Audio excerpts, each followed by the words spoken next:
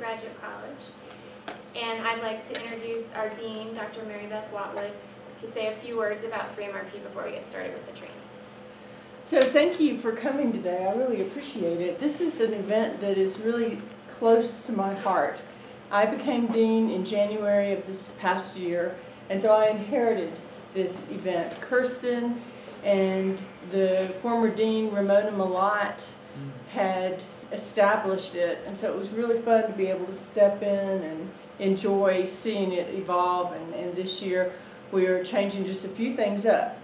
We are going to be increasing the prize monies from last year, and the reason for that, at least one contributing reason for that, is that, as Kirsten said, after our final competition this year, which is at the end of March, we're going to have an event competing with the top winners at U of A. And next year we hope to include ASU in that. But this year's going to be us and U of A, and this Grad Slam, what was our title we settled on for that?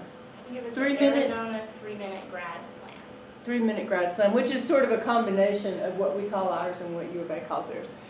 And it's going to be held on the biomedical campus in Phoenix, which is a wonderful facility. And so the winners of our local event at the end of March will provide transportation to take them down and compete for more recognition and more prize money. The reason why I really like this is because I think that most graduate students at most institutions get a lot of preparation on how to give technical presentations, because you are in a discipline and your creative work, your scholarship, your research is within that context, and everyone speaks the same language. But as you move out into the world, the people that you necessarily need to explain your work to aren't going to necessarily be experts. And like one group that I was referring to yesterday is down in the valley, and that's the ARCS group. And the ARCS group is a national group of women who fund research.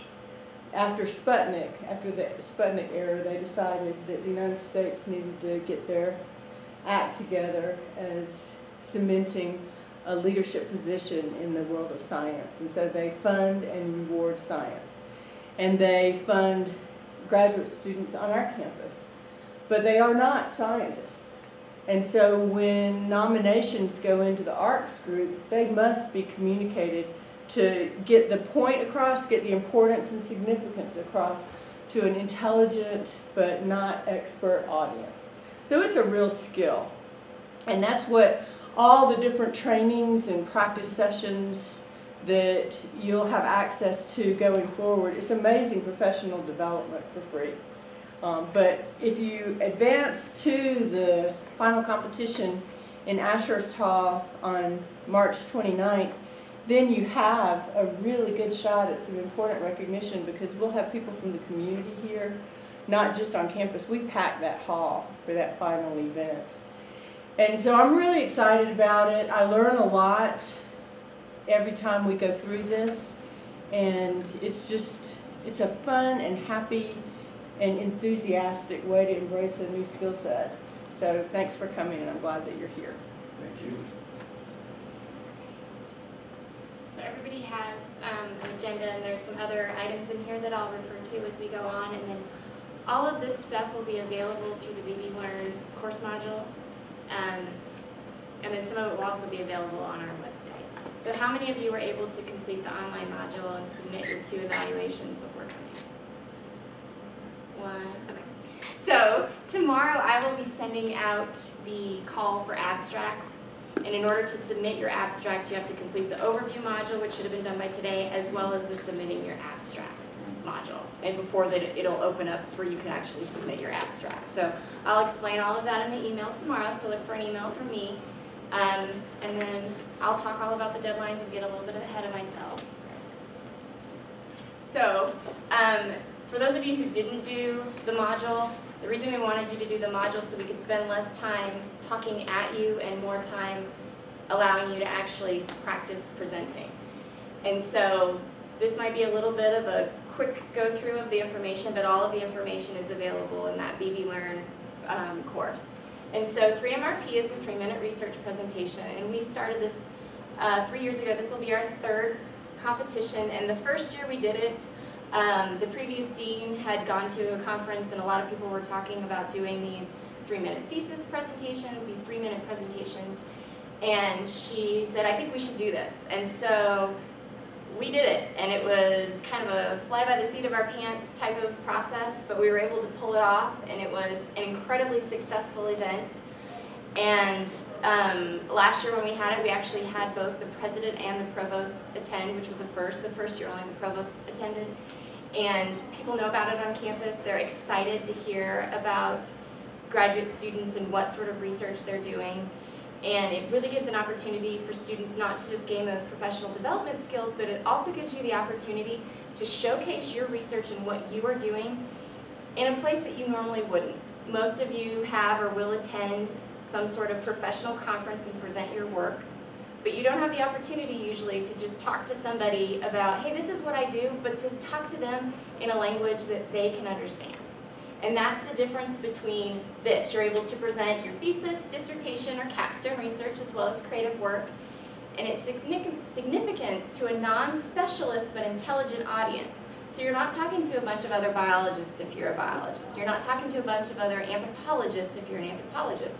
You may be talking to someone who has a bachelor's degree in creative arts, or who has a high school education, or has a PhD in educational psychology, but you have to be able to communicate your research to those people, because as Dr. Watwood said, you have to be able to talk to people about what you do, because they are the people that have the money and want to fund what you do, but you have to be able to explain to them why it's important and why they should fund it.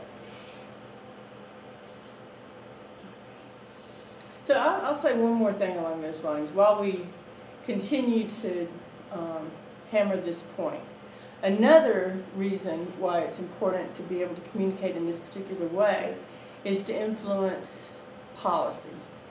Because I think that there's a huge disconnect from the voting public these days and the information that comes out of peer-reviewed science. And part of that is the inability of academicians to really explain to the voting public why something's important or why something is real, science versus pseudoscience. So influencing policymakers and, importantly, influencing a voting public are other reasons to have this particular skill set.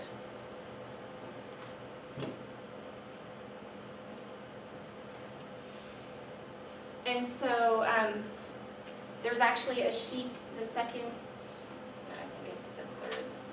No, I don't actually have a printout for this. So this one, sorry, I'm on track. There we go. So these are all of the characteristics that you need to have in order to be eligible. It's pretty much be a graduate student, not graduate before March. You can defend your thesis before March and still, thesis or dissertation before March and still present. You can't present research related on past or current employment. We want you presenting research that you're doing within your graduate program. We also want you to present on research creative work that you've already done rather than what you plan to do. Our first year, we had a gentleman come to the preliminary heats and he was talking about how he will do this and he will do that. And so we asked, have you done your research yet? And he goes, oh no, I'm just a first-year student. This is what I'll be doing this summer next year. And we're like, oh yeah, we should probably add that in, that we would like you to actually have some results to present. That doesn't mean that you have to present your thesis or dissertation before the event. It doesn't even mean that you have to have your research completed right now. It's as long as you have some sort of results and significance that you can present at 3MRP at the preliminary heats, then you're eligible to participate. We have a few things that we require of you. You have to attend 2 training sessions, so one of those will be offered in January and the other will be offered in February, and we offer them at multiple dates and times, but you must attend one in January, one in February. And then we have been very fortunate to work with the theater department, and the last week of February they will work with you individually. You'll present your presentation to them and then they will provide feedback. and you must attend at least one of those. You have the option to sign up for multiple sessions, but you have to attend at least one with them. The other thing that we ask that you agree to, and that's why you filled out the participant waiver, is that we will be videotaping you, and we do post those up on YouTube, and we also reserve the right to use them in future trainings and promoting the event. I haven't yet used any of those videos in a training, but they are available on our YouTube channel. We post both the preliminary events as well as the finals. And we videotape the prelims, but we have NAU TV come over and tape the finals, and they do a phenomenal job. I mean, it's such high quality. There's captions. They're really great. And so we then post those up on our YouTube site because we want people to go look at our videos and to get interested and excited about what we're doing at NAU. So if you have an issue with that, we're happy to work with people. We have had people in the past who are like, I'm not really comfortable being videotaped for some reason or another, and we are happy to work with you. We just ask that if you don't want to be videotaped, that you talk to me, and then we'll figure out something that'll work for both of us. And let me also point out that one of the reasons why we have titled our event 3-Minute Research Presentation, or 3MRP, is so that you can go onto YouTube and just search for 3MRP, and you'll see all of the NAU videos. So you'll see all of the top presentations from the last 2 years, and that might be instructional for you to just see what has taken top prizes before. And we also have links on our website to other 3MT videos. So in the overview module, we talk a little bit more about where 3MRP came and why we're doing it differently than 3MT. But there are a lot more videos out there that you can watch to see other students presenting 3 minutes of their research. And so I alluded to it earlier, the call for abstracts. So I'll send out an email tomorrow to the entire graduate student listserv with the call for abstracts, the instructions for submitting. The deadline is Friday, December 18th, and so you can always submit it early, but that's the deadline. And then I'll notify everybody in early January if your abstract has been accepted, and then you'll move on with the rest of the process. And so we have a form that you'll fill out with some information about you and your research mentor, and then your program, and then you submit your abstract. And this will all be submitted through the BB Learn module, and then you're done. You get a little time. Although, of course, you could always start working on your presentation over Christmas, but you do have a little break before we start up the first week of classes. And so before we go to the next slide, I want to bring everybody's attention to the second piece of paper in their handout. It's the rules, and we have a few changes this year. In the past, we've only allowed one stationary slide and a title slide. When we combined our event with U of A, they allowed up to 10 slides. And so we compromised on 5.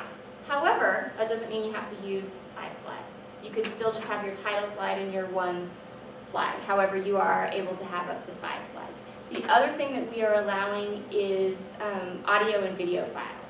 A few caveats about that, though. You're responsible for making sure it works with the system that we have provided.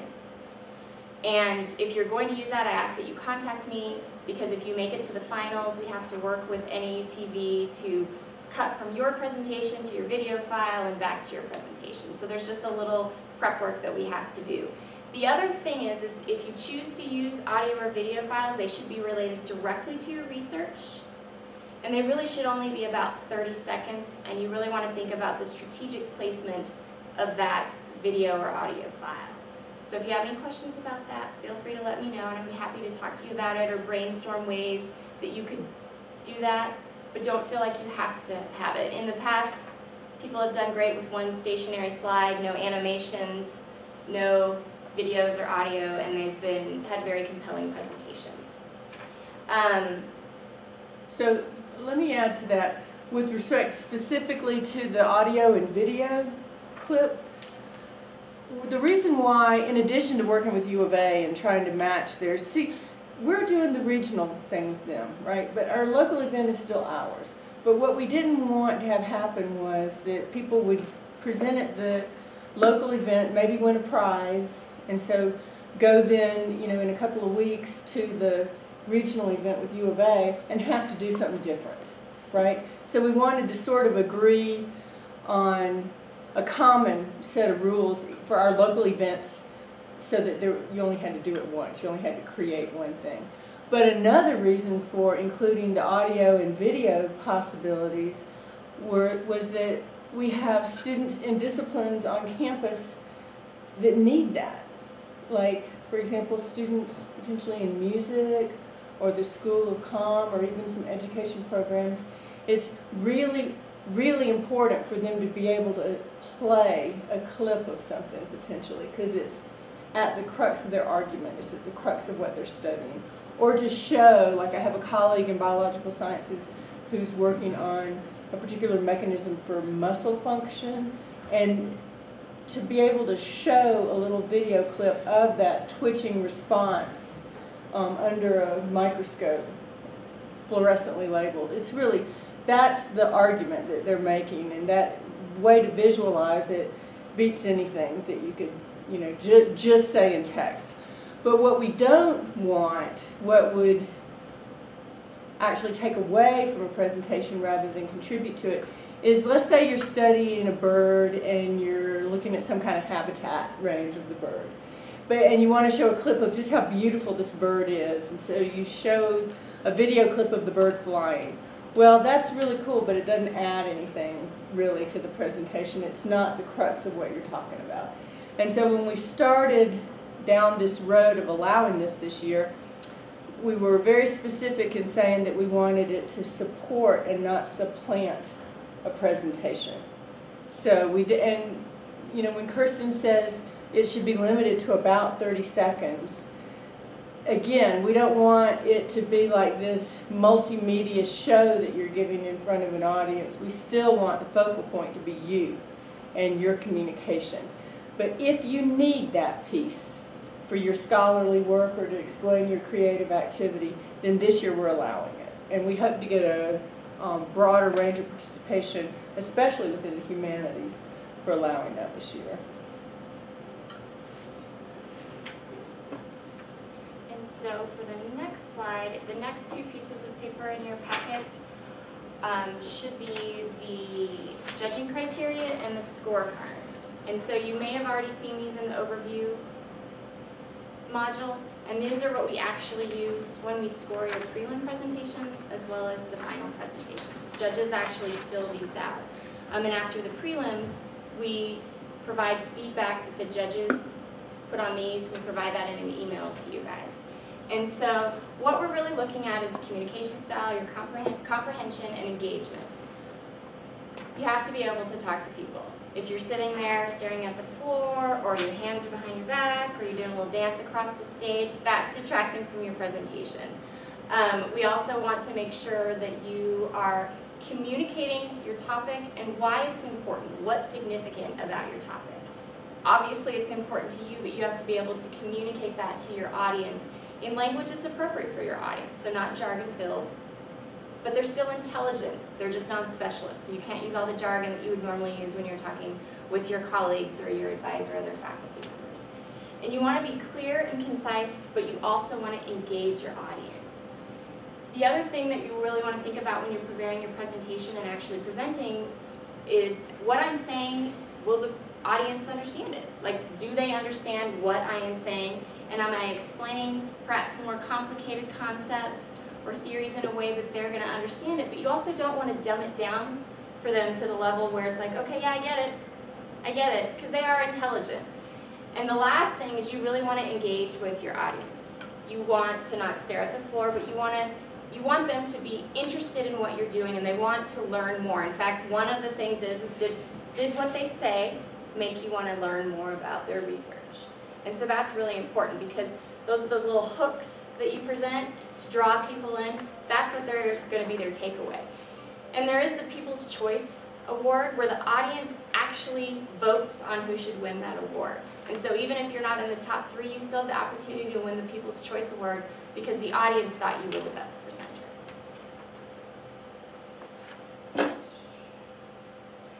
And let's talk about our deadlines. So we have the training sessions, informational training sessions, And there's a more detailed, the very last handout is a more detailed timeline for you guys, for things you should be thinking about each week, and then specific dates. And this is just a summary. But the next thing is we're distributing the call for abstracts tomorrow.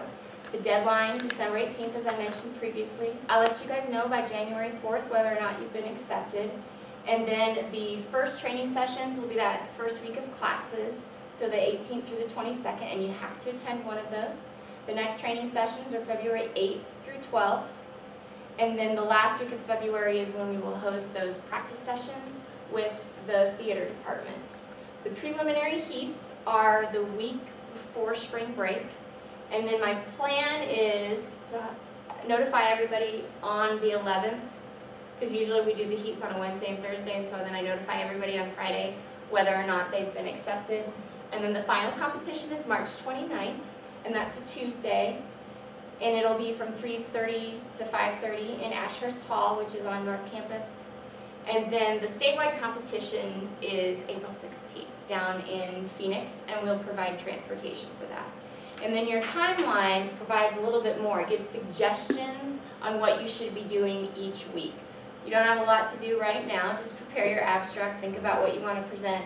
But then starting in February, that's when you want to start practicing your presentation, and you want to start working on your slide, and you want to schedule time to meet with people. And so the next slide, and this will be available in the course module that goes out tomorrow, so you'll be able to see it. But I have some resources here, and I did print out one of the resources, Making the Most of Your 3 Minutes. I found this online. It provides some great tips, and so this is something you'll want to read through and refer to often. But so all of these are hyperlinks, and we have been fortunate enough to have Klein Library and its staff partner with us on this event. And how many of you guys have met with your research librarian? Wow, that's great. So as you know, there are research librarians for every discipline, and they are willing to meet with you and provide feedback on your presentation as well as your slide. And they're also there to help you find any new research or anything new that's come out on your topic. And the winners for the past 2 years have used the research librarians, and it's evident that they've worked closely with their research librarian because they won. And so they are willing to work with you. You also have, the library knows that 3MRP is going on, and so you also have access to this studio where you can videotape yourself presenting. There are also some other smaller studios down the hall, but in the same room, so they're just right over there, that you can check, that you can rent, or not rent, but rather reserve, and then use it to practice your presentation and then watch yourself, because watching yourself present gives you a lot.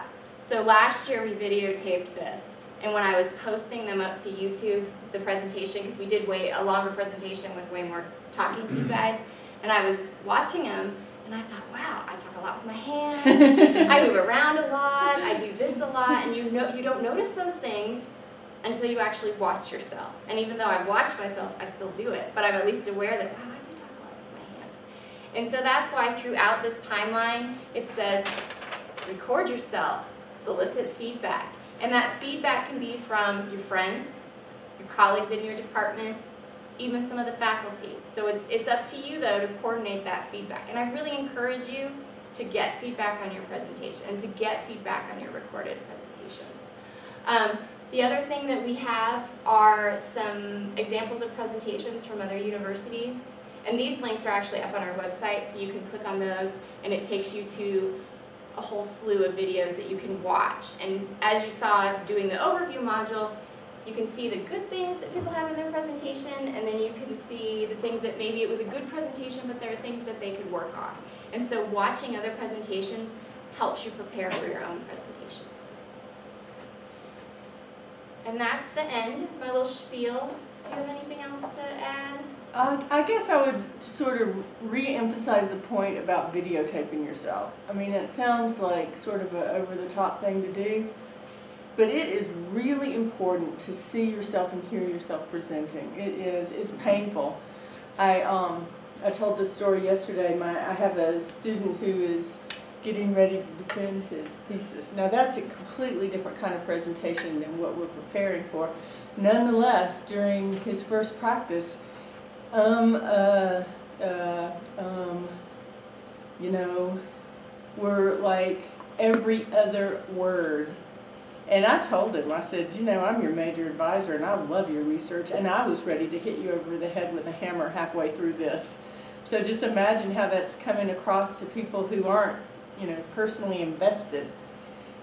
I suggested that he videotape himself. And he did. He, to his credit, he came down here and reserved one of those rooms and videotaped himself. We had another practice the other day, much improved. Did he still say sometimes? Yeah, most of us do. But it wasn't to the point where it was distracting, which is the big thing. It wasn't to the point that it was distracting. And he said that he had videotaped himself and watched it, and he said it was not fun to watch myself present. So it's sort of like having impacted molars. Nothing good's going to happen until they come out, but it's a painful process. So I encourage you to be brave enough to do that, because I can't think of a single activity that'll help more than videotaping yourself and making yourself watch that. So we're going to turn off the camera here in a little bit.